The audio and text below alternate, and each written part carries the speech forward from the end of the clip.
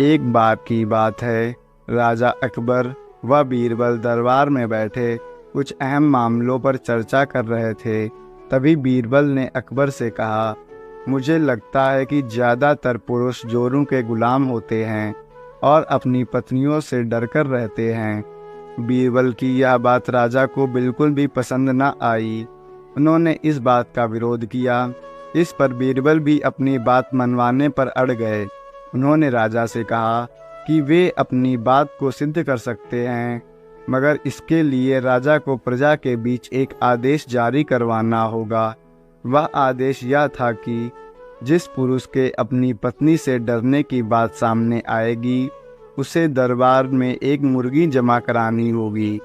राजा बीरबल की इस बात पर तैयार हो गए। अगले ही दिन प्रजा के बीच आदेश कराया गया कि अगर यह बात सिद्ध हो जाती है कि कोई पुरुष अपनी पत्नी से डरता है, तो उसे दरबार में आकर बीरबल के पास एक मुर्गी जमा करवानी होगी। फिर क्या था, देखते ही देखते बीरबल के पास ढेरों मुर्गियां इकट्ठा हो गईं और सैकड़ों मुर्गियां महल के बगीचे में घूमने लगीं। अब बीरबल राजा के पास पहुंचे और बोले, महाराज, महल में इतनी मुर्गियां इकट्ठी हो गई हैं कि आप एक मुर्गी खाना खोल सकते हैं, इसीलिए अब आप इस आदेश को वापस ले सकते हैं। मगर महाराज ने इस बात को गंभीरता से नहीं लिया और महल में मुर्गियों की संख्या धीरे धीरे और भी ज़्यादा बढ़ने लगी।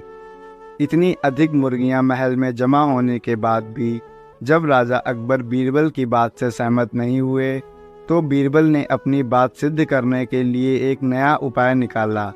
एक दिन बीरबल राजा के पास गए और बोले, महाराज, मैंने सुना है कि पड़ोस के राज्य में एक बहुत ही खूबसूरत राजकुमारी रहती है। अगर आप चाहें तो क्या मैं आपका रिश्ता वहाँ पक्का कराऊं?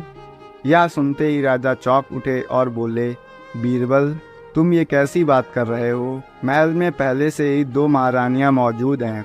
अगर उन्हें इस बात की भनक लगी तो मेरी खैर नहीं होगी। यह सुनकर बीरबल ने तपाक से जवाब दिया, चलिए महाराज, फिर तो आप भी मेरे पास 2 मुर्गी जमा करा ही दीजिए। राजा बीरबल का ऐसा जवाब सुनकर शर्मा गए और उन्होंने अपना आदेश उसी वक्त वापस ले लिया।